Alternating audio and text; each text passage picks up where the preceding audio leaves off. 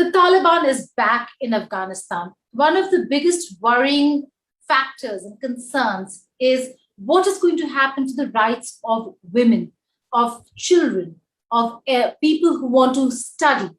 But more importantly, there is another area of concern.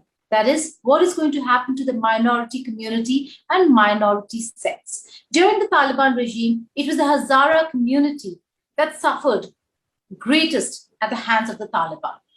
What will happen to them is something that we will be discussing with our guest today, Salim Javed, who is a Hazara activist from Balochistan in Pakistan, but has been closely monitoring all kinds of oppression and brutality against the Hazara community in Afghanistan as well. Salim, many thanks for joining us here in India today. I begin by asking you the incident that has shaken the faith of what is of the promises that the Taliban is making, and the contrast with the visuals of Hazara leader Abdul Ali Mazari's statue desecrated and destroyed. Your first reaction to the attack and the desecration? Thank you so much, Geeta, for having me. It was really heartbreaking. We have always believed that Taliban, they say one thing, but they do the other things. In the optics, when they try to do some good things for the optics, they have learned how to talk. They have learned how to betray the Western journalists. They have learned how to, particularly their English-speaking talking heads, they know what to say to be accepted. But the reality is that they have not changed. They do not materialize the promises that they do. They do not commit with the promises. Just a few hours after Zabihullah Mujahid's rather impressive press conference in Kabul, the statue of the most popular and respected Hazara leader was blown up. It was vandalized, and it was and the worst, they broke up the head and put it on the side as if you behead it. And it was like, and then it was a message. It was a clear message that while we are talking to the international media in Kabul, in front of all the English-speaking people, here in Bamyan, which is far away, which is away from the sight of the international media, which is even other forces are not there, and the people are totally helpless. We can do this. And then I have to also mention that there was a protest against it today in Bamyan. The people were furious. They were up there, and and then I saw a video clip of the protest when one of the Taliban commanders come and they try to calm down the people. He first says, "No, we're trying to find out who was the person who did it. Maybe it was some criminals. Maybe there was somebody who did it, like to defame Taliban." Like all this stuff. And then the fact is, excuse me, just to finish, the fact is that there is no any other one in Bamyan. Bamyan is totally a Hazara dominated province. Why should somebody come and discredit the statue of Baba Mazari? Well, that's a very important point. You've made a few very important points. Let's begin with the fact that the Taliban now are alleging propaganda. I interviewed the spokespersons of the Taliban as well, Zabil Mujahid as well as Suhail Shaheen, and both of them have been saying that they will honor and respect minorities. And minorities are safe in Afghanistan. But the vandalization and the kind of approach that you're seeing in places like Bamyan certainly remind us of what happened to the Buddha statues of Bamyan. And the Taliban might have changed in terms of how they speak, but hasn't really changed in terms of its ideology.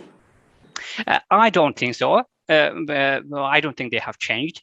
Rather the opposite. I think they are more arrogant. They're more brutal, more merciless, because now they literally they say that they have defeated the international forces. They have defeated the strongest military alliance in the world. They have brought down the superpower. So they say it loudly, but at the same time, they know that they need the Western money. They need their recognition to continue doing what they are doing. And for that, they have to do some polishing. And that polishing is going on in Kabul, and that polishing is going on, unfortunately, with the help of international media. I'm not going to back to what they did in the 90s. Just take a few weeks ago, when they captured Hazara-dominated district of Malistan in Ghazni province. They promised the people before, announced that they would not harm anybody, and asked the people not to flee. But and the people believed them. They did not flee. They stayed and they remained at their homes. But when they took the center of Malistan district, they went house to house, and they collected the people, identified them, and asked about their ID cards, and then they shot them dead. This has been documented by Afghanistan Independent Human Rights Commission and by Human Rights Watch. It's a very tragic incident there that they ask a very elderly man. They ask, where is your ID card? He says, okay, it is at home. I go, I'll bring it. Okay, go, and your children will stay here. And when he comes back, the children are dead. Okay. In terms of expectations from the international community, where do you see the international community when it comes to these concerns? We know that there has been a lot of conversation about women and children and girls, but not a lot of, even minorities when it comes to Sikhs and Hindus, but not much focus when it comes to what's going to happen and befall the Hazara community of Afghanistan. And to be honest, when I talk to the Hazara people, the activists on the ground, they are very terrified. They do not want to speak. They are afraid of reprisal. They know. Even I have received messages that I should stop talking because my stance might endanger the people there. It's very difficult for me. It's a difficult situation for me because at the same time I know that these are the things we should come up, and the world should know. And then they are totally hopeless. They think that the world has just put the rug under the feet and then thrown them into the wolves, literally. How should you assure the people of Afghanistan, or particularly the minority ethnic communities, of protection when Joe Biden, the president of the United States, come and say that I'm glad that we have evacuated our embassy safely. So he's talking about U.S. embassy, which is closed down safely. So now they're not negotiating about the rights of women. They are not negotiating about the rights of other ethnic groups. They are simply negotiating surrender, the entire total international community. And that is what brings a lot of hopelessness for the entire people of Afghanistan. And that's why what you see, the miserable, tragic incidents at the airport in Kabul, where the people try to cling to aircrafts.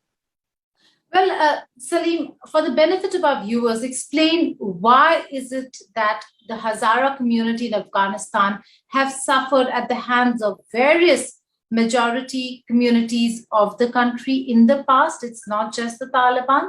And it became brutally more obvious in terms of the discrimination when the Taliban had come to power. Explain to our viewers why.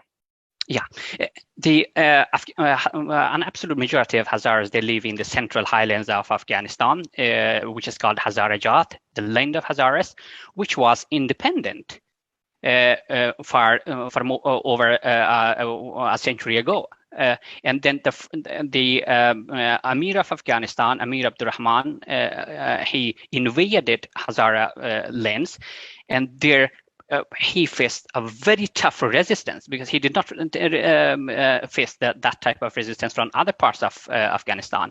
But there, it was really hard for him. And at the end, the only way he could invade the Hazarajat was that he asked the Sunni mullahs to issue a fatwa that they are Shias, they are Rafizi, which is called in Arabic. They are Shia Rafizis and they are infidels, and they should wage jihad against them. And then they collected a lot of fighters from different parts of Afghanistan, and they finally invaded Hazarajat. And that caused, that was a genocide. Many historians have written that around about 60% of the entire Hazara population were either killed or forced into exile and enslaved. And the former chief of army staff of Pakistan, General Musa Khan Hazara, so the grandfathers, they fled from central Afghanistan due to the persecution of Amir Abdurrahman Khan and fled to Pakistan, which now is the dominant area in parts of Quetta, Pakistan. And that continued because the mistrust continued because the Hazaras, they literally did not accept that, despite the fact that Amir Abdurrahman's son after that came and announced amnesty, but it did not work because kingdom after kingdom after kingdom, they try to keep them suppressed, keep them as literally as slaves in many parts of Afghanistan. They were not allowed to go into colleges until very recently. Did not go to war. And it was the first time, literally, that when the international forces with the United Nations came to Afghanistan, and the Hazaras started going to colleges, universities. A lot of girls from across Hazara-dominated provinces, they went to schools and colleges and became. And I should say here that when there became a majority of Hazara students in Kabul University, President Ashraf Ghani issued an order that now we are going to distribute the medical seats, the engineering seats, and the computer science seats based on quota system. Like it should not be merit-based. It should be based on provinces. Which province do you come from? Because they saw that, okay, this is all people coming from Bamiyan, all people coming from Mazar-e-Sharif or Ghazni. What about the other provinces? So this, unfortunately, has been throughout the history of Afghanistan. Salim, before I let you go, there are negotiations and conversations taking place in Kabul as to what the transition of power is going to look like and what the government is going to be like. Whatever the government would be, there will be a strong presence of the Taliban.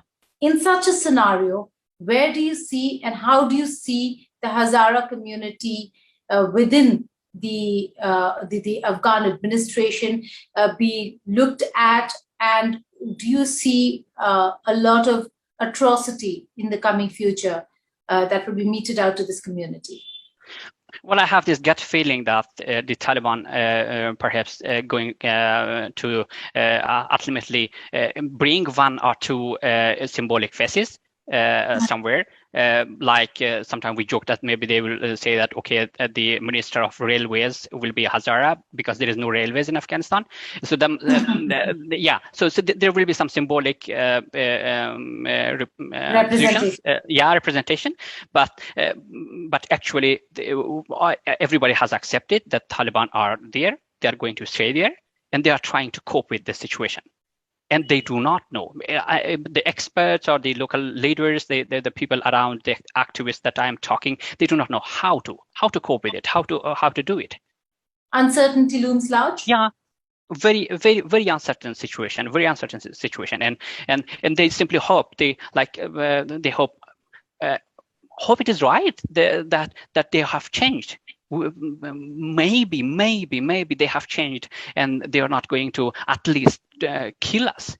At least they let us live. Okay, we accept that we are not going to practice our religion freely because there have already there are videos and I have also talked with some people that Taliban have come and they have pulled down the Ashura Muharram flags because it is tomorrow is Ashura, so it is Muharram. So they have pulled down the flags and then replaced it with Taliban flags. And there are videos that they are taunting and making fun of the flags and even discrediting the flags and say that these are Shia flags, while they are not Shia flags. They actually, Afghanistan has the majority of Afghanistan are Hanafi Sunnis, which are very moderate Sunnis, and they have always had Muharram throughout Afghanistan. It is not just limited to Hazaras.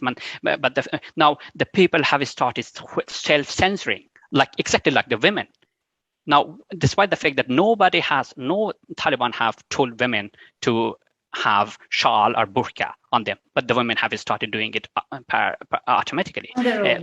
Yeah, this is self-censorship. So the same as the Hazaras, they have started mourning Muharram inside the houses, not going very much even the Sikh communities, some of them pulled out the Nishani Sahib on their own, knowing that if the Taliban see the saffron flag, they will come for that. So there's a lot of self-censorship happening. Salim, I do not know what the future holds for Afghanistan. As you said, it looks uncertain. For some communities, it looks rather bleak, because while promises are being made, at the very same time, those promises are being broken somewhere else in Afghanistan. So we need to see whether if the Taliban also have a handle on their own forces, their own people or not. For now, that doesn't look like the case. We'll come back to you as and when things develop to see how the minority sect of Afghanistan are really coping with a Taliban regime in Afghanistan. Thank you so much for joining us here on India Today. Thank you for having me.